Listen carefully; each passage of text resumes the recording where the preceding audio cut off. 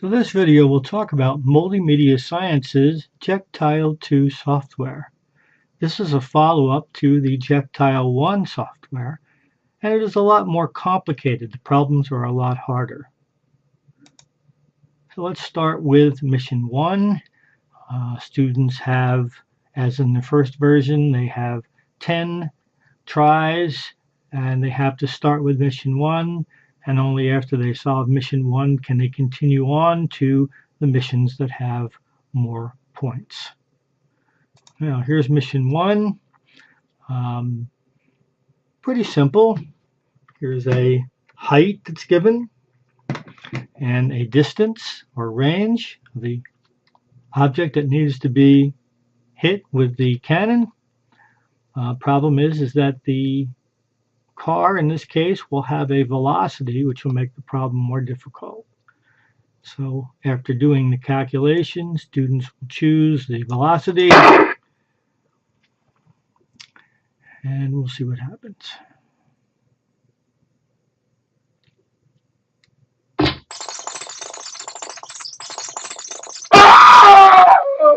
Well, I guess I wasn't terribly successful. Students often will try to guess instead of doing the calculations, especially in Jectile II. The chances of being successful are actually quite slim. As you can see, students can't go on to Mission 2 until they've solved Mission 1. Okay, let's jump over to Mission 3. Here you can see instead of having a horizontal problem, we now have a problem where the projectile would be at an angle and you're shooting at a target that has an elevation, and you have that elevation and you have the range.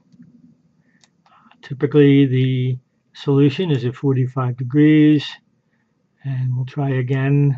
I'm just going to guess again. I'm not going to do the calculations.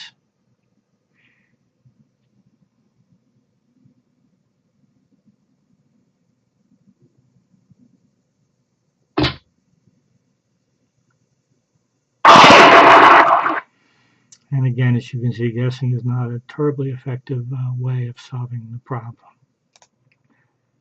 So you can see we have 5 missions. We've got the 2 horizontal cases, one with constant velocity, one with constant acceleration.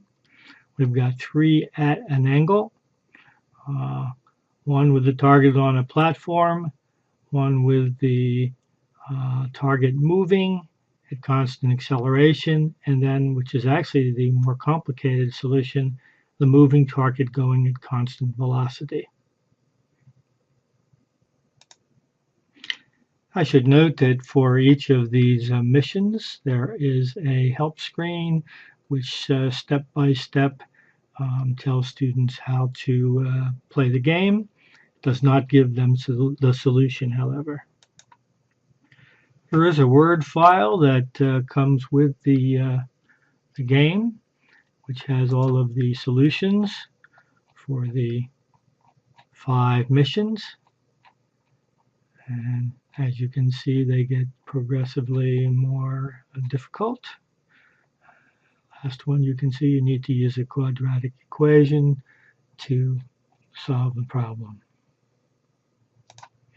So if you're interested in the Jectile II game or any of the other multimedia science materials, chemistry and physics simulations, games, challenges, and labs, and also teacher tools, please go to Teachers Pay Teachers at this URL.